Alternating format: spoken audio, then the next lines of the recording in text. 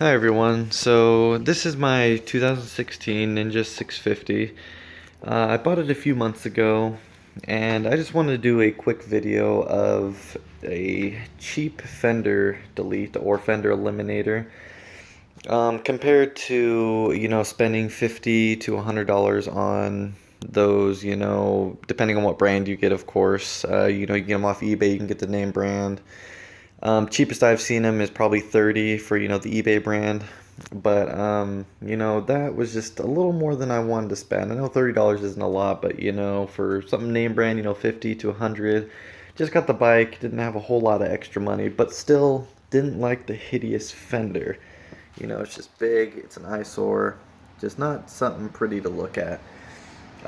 So I, kind of ran some options through, was kind of looking on some videos, and I couldn't really find anything for this bike specifically. I mean, there was a few videos here and there, but nothing for a 2016, and nothing really for a DIY fender eliminator. All of them was, installing the aftermarket fender eliminators. So I just want to kind of run you through the process of what I specifically did on my bike, for under $10. So I mean, to start out, the only parts I used off of the stock fender was the metal bracket that holds the license plate. So that bracket comes right off of here. You can see the two holes there. And that was literally the only thing I used off of it.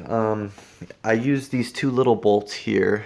Let me focus in on there. I used this bolt and this bolt coming on the back sides. It's two 10 millimeter bolts here, and that was the only parts I used off the stock fender. So didn't have to buy anything extra on that matter. But so the way I made the fender itself is I bought these two L brackets from Home Depot. If you go to the fencing area over by where the nuts and bolts are, you can find these brackets there. They sell them for under $1 a piece, and they have several different kind of L brackets. I didn't really have a big idea on which brackets I was going to use. I kind of just winged it, but they ended up working okay. They're cheap. I thought, hell, if it doesn't work, it's only a couple dollars, another, 5 or 6 bucks on bolts. And I actually did buy too many bolts. I just wanted to buy, enough to make sure that I had, some extras if need be. But the way I started it was I lined it up, I took off the old fender, I lined up the two brackets, and I was like, okay, where do the holes need to go?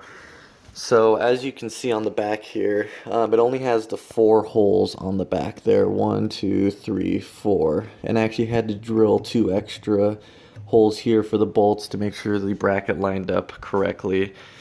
And then coming up top here, I actually had to drill 2 more on the top of the bracket so these 2 bolts could fit here. And then once I got that all, the holes drilled and everything, I was able to put it up. I used a couple of nuts, a couple of lock washers. They're a little small, but they seem to be holding up okay. I might buy some bigger ones in the future, but I've ridden around a couple hundred miles and it has not shown anywhere of getting loose or anything whatsoever, so that seemed to work out okay. Yeah, that was my first step on the getting the license plate at least mounted up. So that, covered that. Not too hard. I don't think I'm missing any steps there. It was just simply drilling 4 holes, attaching the bolts from the top and then attaching the bracket itself. As for my not license, but well, I guess I could start off with the license plate light. If you look on the back side here, there is a LED strip that I bought. I actually got that from a local LED store. I think they specialize in computer parts, but they were able to cut me off a strip of LED, and then they did the wiring and soldering for me, so they gave me a couple feet of wire attached to it. And same with the blinkers. I just got amber colored on the LED strip and then just white LED on the light for the license plate itself. So, and that was pretty inexpensive. That itself only ended up costing about $6, including the soldering, lights, everything included. And also buying a couple of the relays here. These are actually relays, I believe, used in computers as well, but ended up working okay. It made it so, the blinker doesn't blink super fast, and you don't have that, your light bulbs burning out quicker, the front stock blinkers, whatnot. And it's just kind of annoying when the blinker's blinking a million miles an hour. But when I wired these up, it's kind of a hack job, but not sure, later on I might add some integrated blinkers inside the actual panel itself. I might, drill some bigger holes and put some better blinkers there, because these don't seem to work good during the day. At night they work fabulous, but in the daytime they're actually not that visible. But just to kind of show you, I disconnected one. I cut it I cut the wires, so it's still a plug and play technically. So that's the license plate light, and same with the blinkers, is plugged in that way. Comes straight from the blinker. The wires follow up into the harness that came from the old when I took off the fender. So I can simply take that harness. Let me find the plug in here. That harness, and plug it directly into here. So I didn't have to cut into any of the wiring in the bike whatsoever. So simply take that, grab that, plug it in there. Once that's plugged in, it's good to go. Set down the camera for a second here so I can show you the lights working. There we go, all plugged in. As you can see there, nice, good clean plug-in. So it's technically still a plug and play, so I can still use it for future with anything else without having to resplice the wires, directly from the bike. This, I know it looks a little ugly, but with the license plate on, you can't really see any of that mess. Just kind of sitting from this standpoint, it's kind of, pretty clean looking. You can't really tell what's going on behind there, with the brackets. So once that's on there, no one would even know the difference unless you were close up and, looking under there specifically. But kind of want to show you the blinkers here. I'll turn on the bike real quick. There we go. And hitting the left blinker. So that'll be the left blinker, as you can see there. Not too bad from the rear. And then the right blinker, not much different.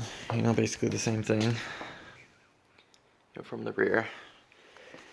And then I'll go ahead and show you, I'll turn those off there. And I'll go ahead and show you the license plate light, how that looks on there. So, as you can see, that's pretty well lit up. I don't know if you can tell from the camera, but when I have the license plate on there and it's all bolted up and everything, even at night, I've done a full test. You can fully see the license plate. In the state of Oregon, they require you to have a license plate light. And yeah, so to avoid getting pulled over, it's always good to have that light there. It takes just a little extra time. You cannot see that light, under there. It's pretty well hidden. Like I said, my only complaint is, the blinkers, they kind of look out of place. I don't want it to look like a hack job necessarily, even though, the brackets are a little iffy. I do want it to look, quote-unquote professional. So, I will figure out the blinkers later on. I was going to utilize my stock blinkers, but I didn't buy any extra brackets, to maybe attach to this one and just run longer bolts. So I guess you could run these stock blinkers if you wanted to. You just would have to buy some more L brackets, attach them here, and then attach the blinkers, but they would stick out, probably out to there, and it would look a little weird. So I went with this option for now. We'll see how it looks and, how things are going in the future. Maybe a month or two down the road, I'll buy some different blinkers once I do some more research and, maybe find something that I like that would fit well in there. So, yeah, that's about it. That covers that. Like I said, the wiring's a little iffy. The only thing you have to do really is splice into your power and ground and then just run the light straight through. If you want relays, so you don't want that fast blinking, you can go ahead and get those relays. Those were only about 50 cents a piece. And overall, I'm pretty happy with it, It's looks nice for what it is. Thanks for watching.